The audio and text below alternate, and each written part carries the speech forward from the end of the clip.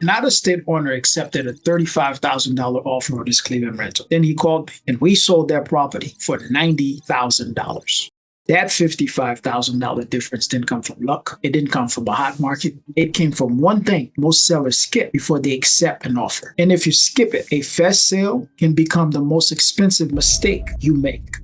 Most sellers don't have a selling problem. They have a decision problem. I've been investing in this market for 23 years. And if you own a property in Cleveland you're thinking about selling, answer these 3 questions first. Because the difference between a bad sale and a clean sale usually comes down to what questions you ask before you sell. Question number 1, what problem am I actually trying to solve by selling? Most people start with, what's my property worth? How much can I get? That is the wrong place to start. The better question is, what am I trying to fix? Are you trying to fix the cash flow because the property bleeds money every month? Or is it stress because you're managing tenants from out of state? Or is it an exit issue because the property no longer fits your life? If you misdiagnose the problem, you will likely choose the wrong sales strategy. If the real problem is cash flow, selling as is may make sense, even at a lower price. You get out fast, you stop the bleeding. But if the real problem is stress, you need someone who can handle everything on the Cleveland side. So you're not coordinating from California, New York, Canada, or Israel. If your problem is time, you need a process that doesn't add more work to your plate. So before you do anything else, write this down. What problem am I trying to solve? Not what Zillow says, not what the agent begging for your listing claims, not what you hope to get, but what are you trying to fix? Question number 2, what's the right exit path?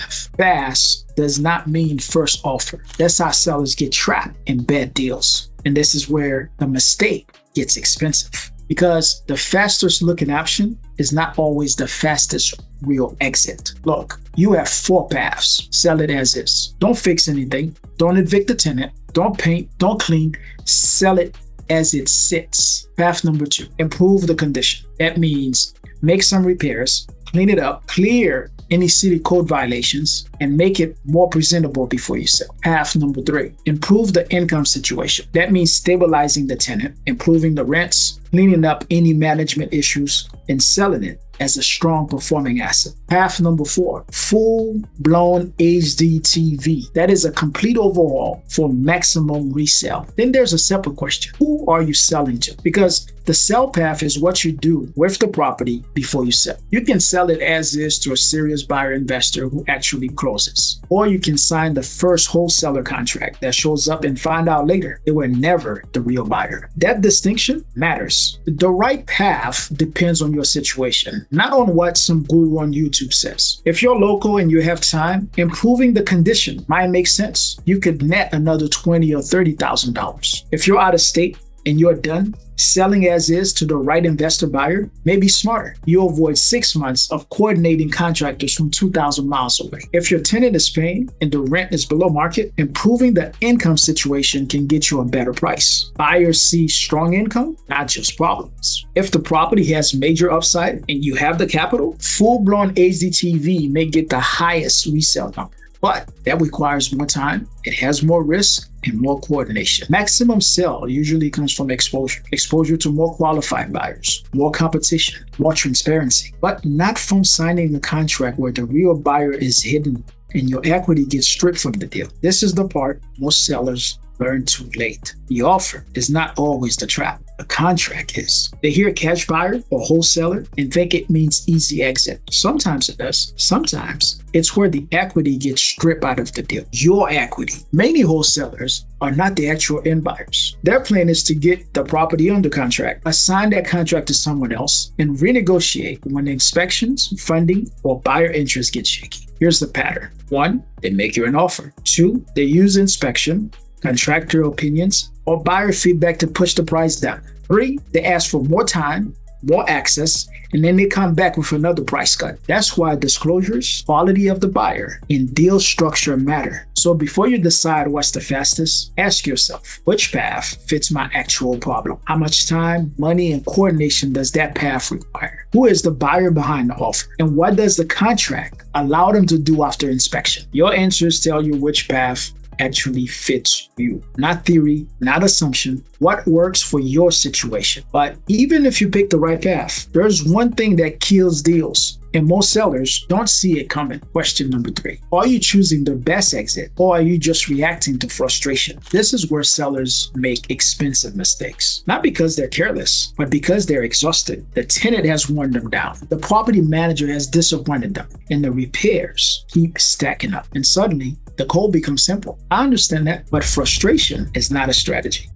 It can make the fastest looking option feel like the right option. And that's how owners accept lowball offers, skip better paths, or give up leverage they still had. Before you sell, ask yourself, am I selling because this is the best exit? Or am I selling because I'm tired, angry, or done dealing with the property? Sometimes the right move is to sell as is. Sometimes it's to fix only what matters. Sometimes it's to reposition their property and sell from a position of strength. And sometimes is to delay because the numbers don't support the move yet. The goal is not to hold forever, and it is not to sell just because you're frustrated. The goal is to choose the exit that actually protects your money, your time, and your peace of mind. If the property has worn you down, it's easy to confuse relief with strategy. Now that's the real danger. Frustration is not a strategy. Now watch how reacting to frustration almost cost someone $55,000. I had a client, Alon. He owned a rental here in Cleveland, but he was out of state, out of the country to be exact. His property manager had it rented for $950 a month, which was way below market. The property was underperforming and undermanaged. And Alon was thousands of miles away with no visibility into what was going on the ground. The manager introduced him to a wholesaler who offered him $35,000. They convinced him that that was the fastest way out.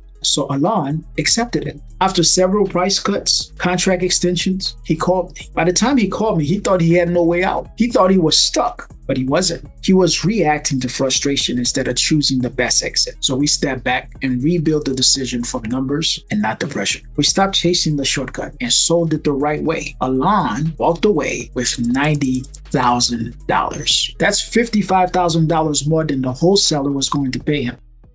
Same property, same strategy, different outcome. That's not luck. That's what happens when the decision is built from the numbers instead of pressure. Those 3 questions help you understand the problem, but they don't give you the full picture. Before you accept an offer, set a price, choose a sell path, and answer 2 more questions. Are you free to sell? Meaning, are you clear from any contract, tenant issues, title problems, or timeline that could limit your options? Do the numbers support the move? So before you make a move, answer the 5 questions. Before you go, I put together a tool for exactly this. I call it the hold and sell decision framework. 5 questions. Rate each one on a scale from 1 to 5. 1. Are you free to sell? What problem are you solving? What's the right exit path? Are you choosing the best exit, or are you reacting to frustration? And number 5, do the numbers support the move? Remember the $55,000 recovery I opened with? That came from answering the 5 questions and not just chasing the fastest offer. The framework takes about 5 minutes. By the time you're done, you'll know whether to hold, sell as is, reposition, or delay. The link is in the description. Fill it out before speed, pressure, or lowball offer make the decision for you. And don't let frustration choose the exit. Ask the 5 questions first. I'm glad I'm your Lobo. Get focused. I'll see you on the next one.